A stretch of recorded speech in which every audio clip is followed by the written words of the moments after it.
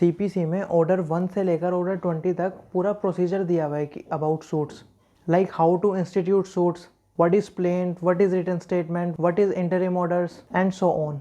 आज हम देखेंगे ऑर्डर नंबर 1 को, that is parties to suit. अब ऑर्डर 1 में ये 5 चीज़ें इंपॉर्टेंट हैं।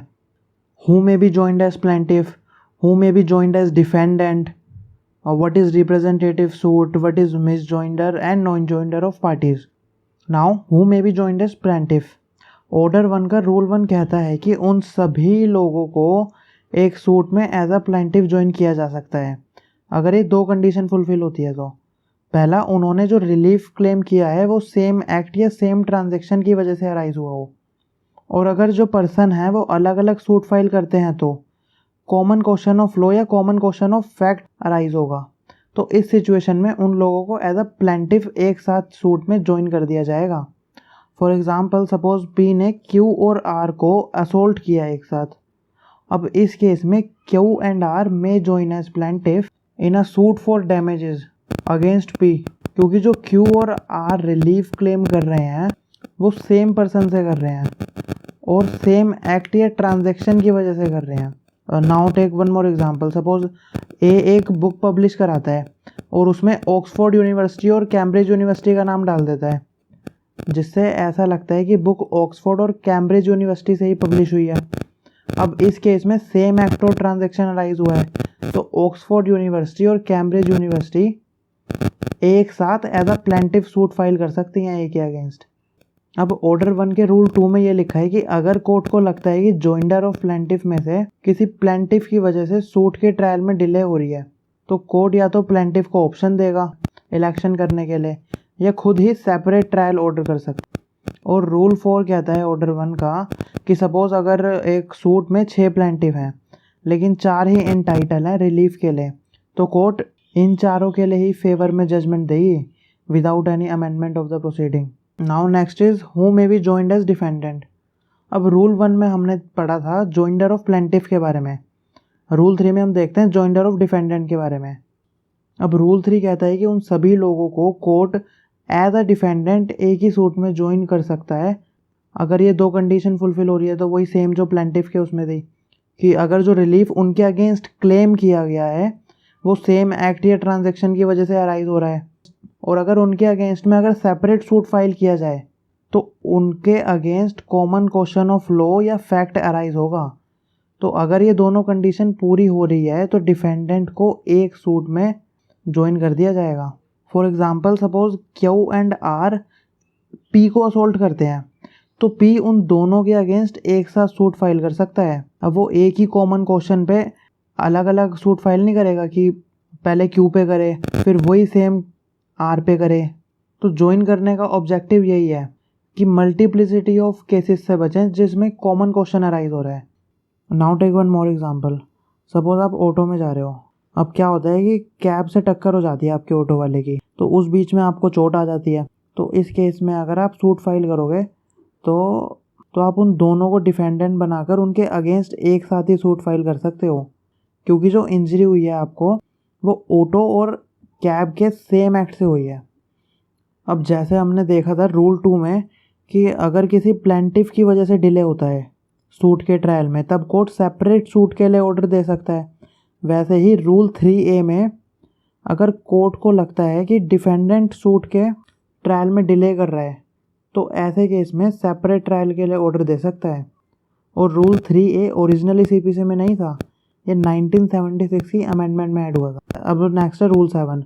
अब रूल 7 ये कहता है कि अगर प्लेंटिफ को डाउट है कि वो किस पर्सन के अगेंस्ट रिलीफ क्लेम करे, तो प्लेंटिफ 2 या 2 से ज़्यादा लोगों को भी डिफेंडेंट बना के उनके अगेंस्ट सूट फाइल कर सकता है। फॉर एग्जांपल, सपोज प्लेंटिफ ने एक गोडाउन 2 लोगों को रेंट पे दिया हुआ है और उन्होंने रेंट नहीं दिया, और प्लेंटिफ को ये समझ नहीं आ रहा है कि पर्सन 1 के अगेंस्ट केस करे या पर्सन 2 के अगेंस्ट। तो ऐसे केस में प्लेंटिफ उन दोनों को ही डिफेंडेंट बना के सूट फाइल कर सकता है फॉर रिकवरी ऑफ रेंट। अब नेक्स्ट है most important provision of order 1, representative suit. अब रिप्रेजेंटेटिव सूट मतलब ऐसा सूट जो एक या एक से ज़्यादा पर्सन फाइल करते हैं अपने बिहाफ पे और बाकी लोगों के बिहाफ पे who have the same interest in a suit. Now for example, suppose आपके पूरे एरिया में इलेक्ट्रिसिटी की प्रॉब्लम है. अब अगर सूट फाइल करेंगे उस इलेक्ट्रिसिटी बोर्ड के अगेंस्ट, तो एक या दो लोग करेंगे पूरे एरिया के बिहाफ पे, क्योंकि उनका कॉमन इंटरेस्ट है. अब रिप्रेजेंटेटिव सूट का एक और एग्जांपल ले तो सपोज आप अपने कॉलेज में ले लो. जब आपकी क्लास को किसी टीचर के अगेंस्ट कंप्लेन करनी है, तो सारे स्टूडेंट्स तो एप्लीकेशन देंगे नहीं डीन को जाके. तो जैसे कॉलेज में होता है, एक या दो बच्चे पूरी क्लास के बिहाफ पे एप्लीकेशन लिख के उन सबसे साइन करा लेते हैं. तो यही है रिप्रेजेंटेटिव सूट. अब रिप्रेजेंटेटिव सूट का ऑब्जेक्टिव मेन यही है, मल्टीप्लिसिटी ऑफ केसेस से बचना. अगर रिप्रेजेंटेटिव सूट का प्रोविज़न नहीं होगा तो कॉमन क्वेश्चन पे, कॉमन फैक्ट्स पे बहुत सारे क्वेश्चन आ जाएंगे, जिससे पार्टीज का भी टाइम वेस्ट होगा और कोर्ट का भी. अब हम रिप्रेजेंटेटिव सूट के एसेंशियल कंडीशन देखते हैं. अब रिप्रेजेंटेटिव सूट वहाँ फाइल होगा जहाँ पर न्यूमरस, एक से ज़्यादा पार्टीज होंगी जिनका सेम इंटरेस्ट होगा, और कोर्ट की तरफ से परमिशन लेनी होगी to file a representative suit.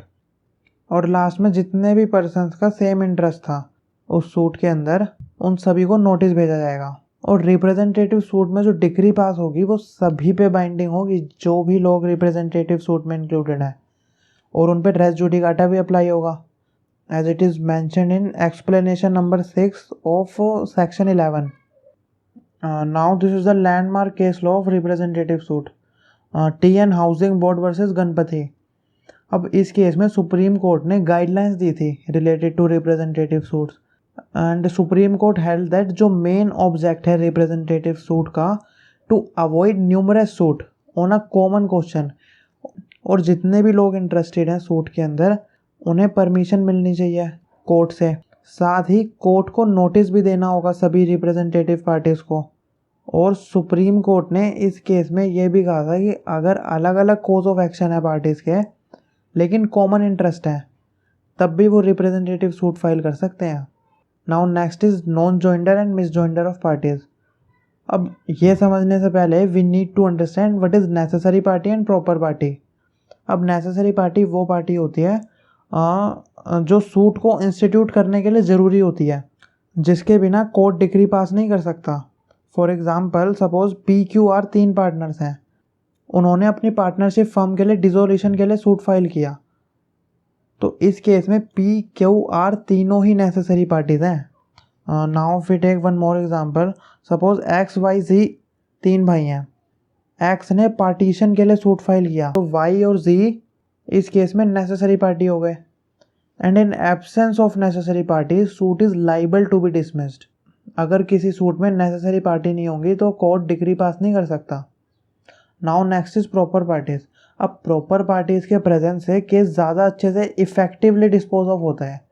हालांकि ऐसा नहीं है कि अगर प्रॉपर पार्टी ना हो तो कोर्ट डिग्री पास नहीं करेगा. कोर्ट डिग्री ऑर्डर कुछ भी पास कर सकता है. फॉर एग्जांपल, लैंडलॉर्ड और टेनेंट के केस में प्रॉपर पार्टी हो गया सब टेनेंट. अब यहाँ पे सब टेनेंट का कोई मेन रोल नहीं है, लेकिन केस को इफेक्टिवली डिस्पोज ऑफ करने के लिए सब टेनेंट को प्रॉपर पार्टी बनाया गया है. वैसे ही फादर सन के पार्टीशन में ग्रैंड सन्स हो गए प्रॉपर पार्टी. अब हम देखते हैं नॉन जॉइंडर और मिस जॉइंडर. अब नॉन जॉइंडर होता है कि किसी सूट में अगर नेसेसरी पार्टी या प्रॉपर पार्टी को ज्वाइन नहीं किया गया, तो वो हो गया नॉन जॉइंडर.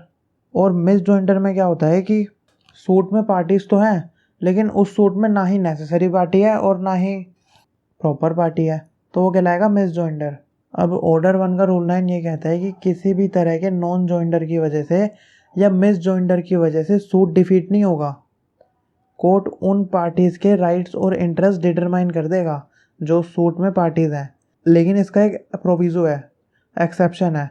अगर सूट में नेसेसरी पार्टी नहीं होगी तो वो सूट डिसमिस हो जाएगा, सूट डिफीट हो जाएगा. बिना नेसेसरी पार्टी के एक कोर्ट डिक्री पास नहीं कर सकता. अब ऑर्डर 1 के रूल 10 में ये कहा है कि अगर कोर्ट को किसी भी स्टेज पे ये लगता है कि जो सूट इंस्टीट्यूट हुआ है उस सूट में प्लेंटिफ या डिफेंडेंट कोई इम्प्रॉपर पर्सन है, तो वो उस पर्सन को स्ट्राइक आउट कर सकता है. और अगर कोर्ट को लगता है कि कोई पर्सन मिसिंग है एज अ पार्टी, तो वो किसी पार्टी को ऐड भी कर सकता है, या तो सुओ मोटो खुद से या फिर पार्टी की एप्लीकेशन के बाद. और अगर कोई नया डिफेंडेंट ऐड होता है तो प्लेंट को अमेंड किया जाएगा और नए डिफेंडेंट को समन भी भेजा जाएगा with the amended plaint. And last is rule 13। अब ऑर्डर 1 का रूल 13 ये कहता है कि अगर किसी पार्टी को नॉन जॉइंडर या मिस जॉइंडर ऑफ पार्टी से ऑब्जेक्शन है तो वो ऑब्जेक्शन उसको अर्लीस्ट पॉसिबल अपॉर्चुनिटी पे ही रेज करनी होगी। अगर उसने अर्लीस्ट पॉसिबल अपॉर्चुनिटी पे अपनी ऑब्जेक्शन रेज नहीं करी तो ये मान लिया जाएगा कि उसने ऑब्जेक्शन का राइट वेव कर दिया, रेलिंक्विश कर दिया। सो अब हमारा टॉपिक यहीं ख़त्म हुआ। अब ये कुछ प्रीवियस ईयर MCQs हैं जिनका आंसर आपको वीडियो के डिस्क्रिप्शन में से मिल जाएगा और आप इस वीडियो लेक्चर का PDF टेलीग्राम से भी ले सकते हैं।